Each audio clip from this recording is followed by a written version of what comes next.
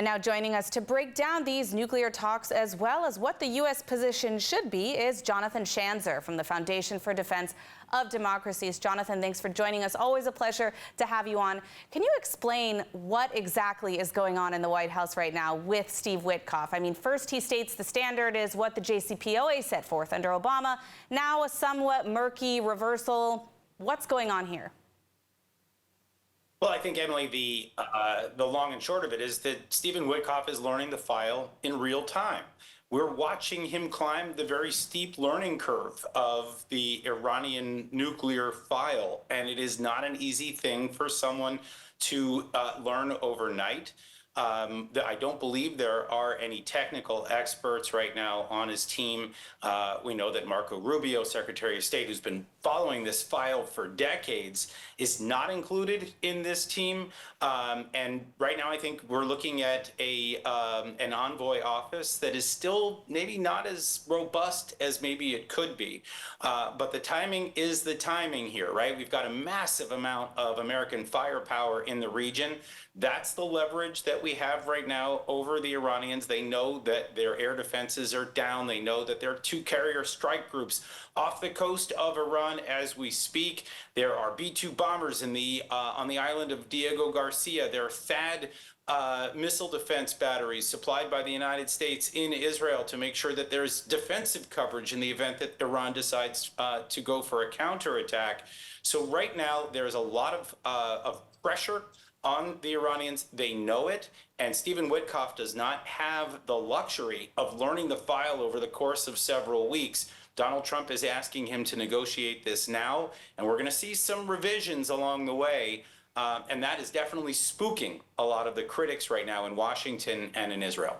Let's hope that it's that he learns everything in time. Can you explain a little bit about what this 3.67% enrichment means? Why is it dangerous?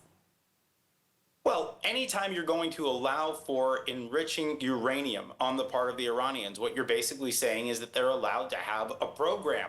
And that's what we need to stop, right? This is, and we've heard people talk about this, the Libya model. The Libya model is the gold standard as far as the U.S. and as far as the Israelis are concerned. That's, if you recall what happened back in 2003, the United States went in and invaded Iraq.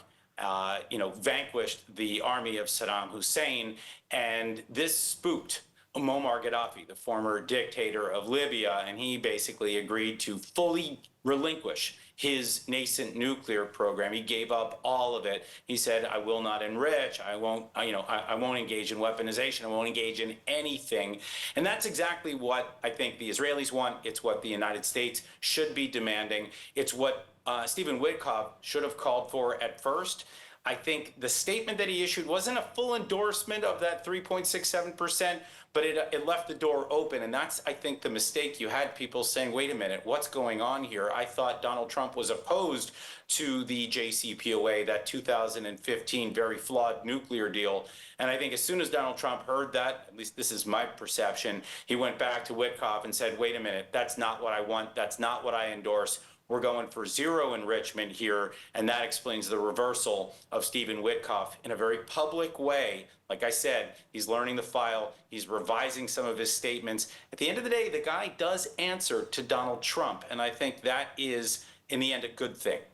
Now, President Trump has repeated verified nuclear deals several times. What are these verification methods that he has in mind? I mean, have we seen this before? How can Trump ensure that even after 4 years that the regime wouldn't make a bomb? Look, what you want is you want verification of the destruction of these facilities, Natanz, Fordo, et cetera. You need to see inspectors coming in. So that's the International Atomic Energy Association, the IAEA. Maybe you have U.S. weapons inspectors.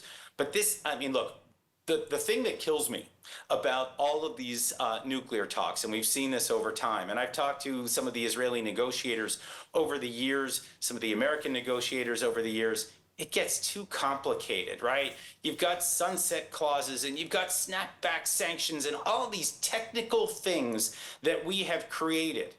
They're far more complicated than they need to be. Either Iran destroys its nuclear program and agrees to never do it again, or we have a problem.